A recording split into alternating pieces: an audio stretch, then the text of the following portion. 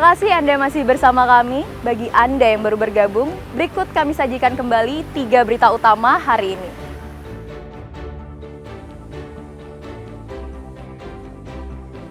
Hujan deras mengakibatkan aliran Tukat Unda Klungkung meluap.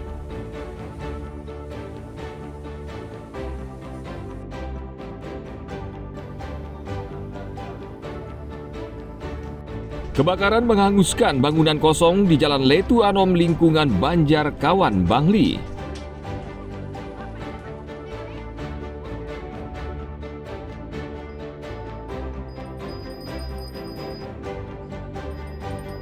Jangan lewatkan mengunjungi Pura Melanting bercirikan ornamen Cina di Karangasem.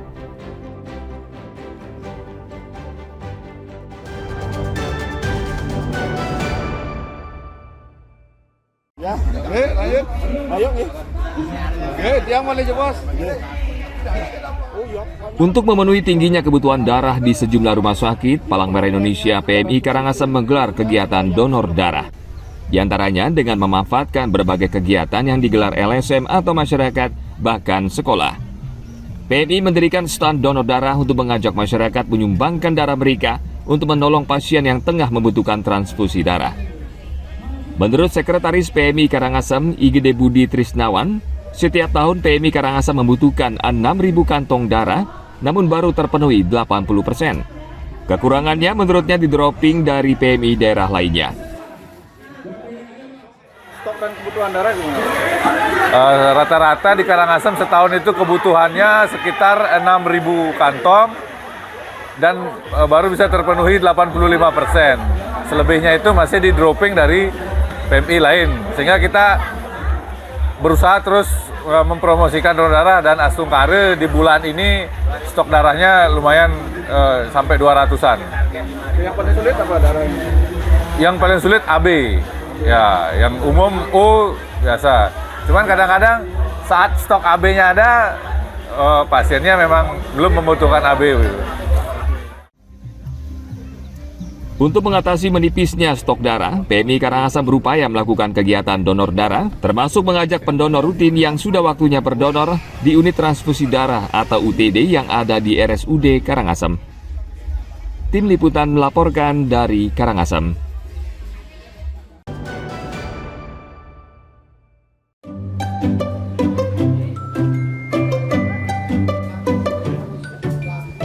Berkunjung ke Karangasem tak lengkap bila tidak mencicipi kulinernya.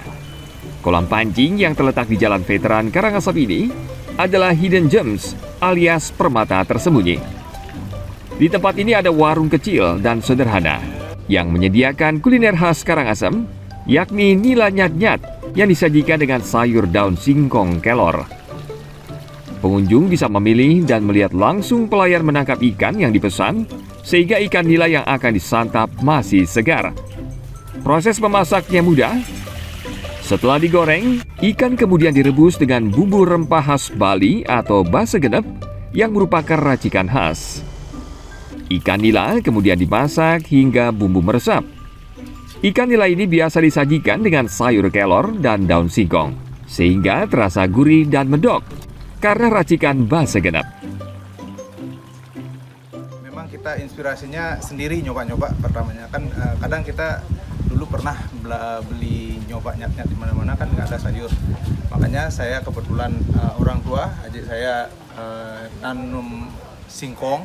Saya coba manfaatkan daunnya, daun singkong sama daun kelor itu saya coba. Ternyata saya coba sendiri rasanya enak dan saya coba jual. Ternyata antusias dari pembeli kebanyakan semuanya pakai sayur. Bilang sih sayurnya sayur kelor sama sayur daun singkongnya itu enak. Harga satu porsi nila nyat-nyat dan sayur daun singkong kelor Rp40.000 hingga Rp50.000 tergantung ukuran ikan. Pengunjung bisa menikmatinya dengan sambal mata, kacang goreng, dan tentu sepiring nasi hangat. Warung kolam pancing, pertama yang saya lihat masakannya cukup enak, cocok untuk di lidah.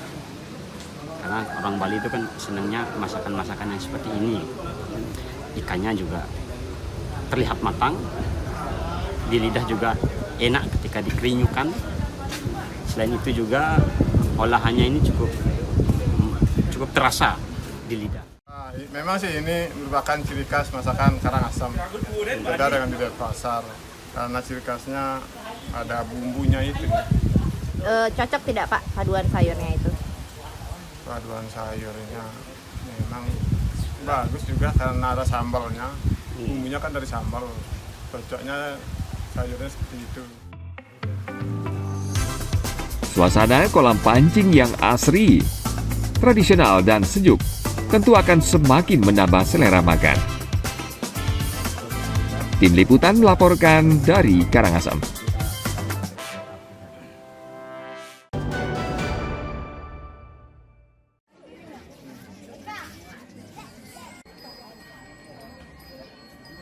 Di antara deretan pura yang ada di Komplek Pura Agung Besaki, ada salah satu pura dengan ornamen unik bercirikan Tionghoa. Pura ini adalah Pura Ratu Subandar atau Pura Melanting. Namun orang Tionghoa juga menyebutnya dengan nama Kongco.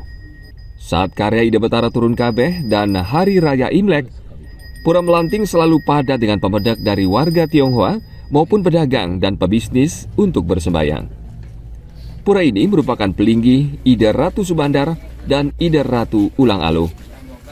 Seperti diketahui, Ida Ratu Subandar adalah dewa dalam dunia perdagangan antar pulau, sementara Ida Ratu Ulang Aluh merupakan dewa perdagangan darat.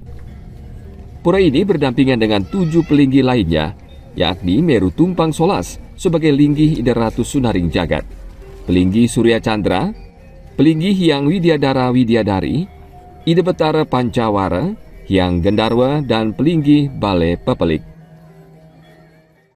Keunikan dari pura ini biasanya dari Eko Mendale sampai Sabda Mendale di sini, kalau semeton Tionghoa menyebut ini Konco.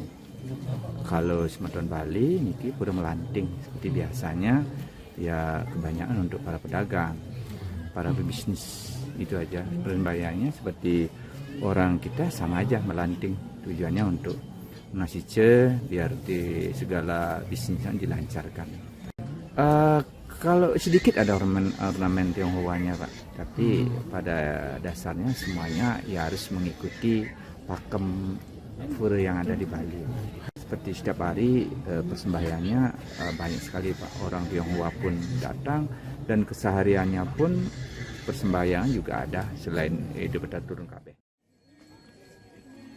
Umat Hindu Bali meyakini Ida Ratu Ulang Aluh sebagai tempat untuk memohon restu dan perlindungan bagi para pedagang.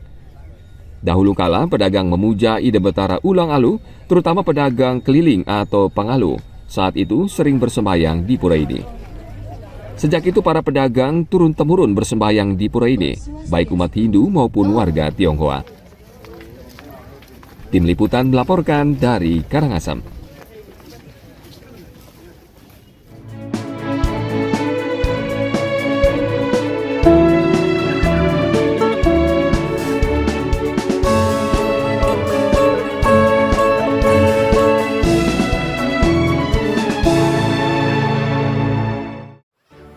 Informasi tadi mengakhiri berita Bali hari ini. Mewakili rekan-rekan yang bertugas hari ini, saya Bavani Nafaratri mengucapkan terima kasih atas kebersamaan Anda.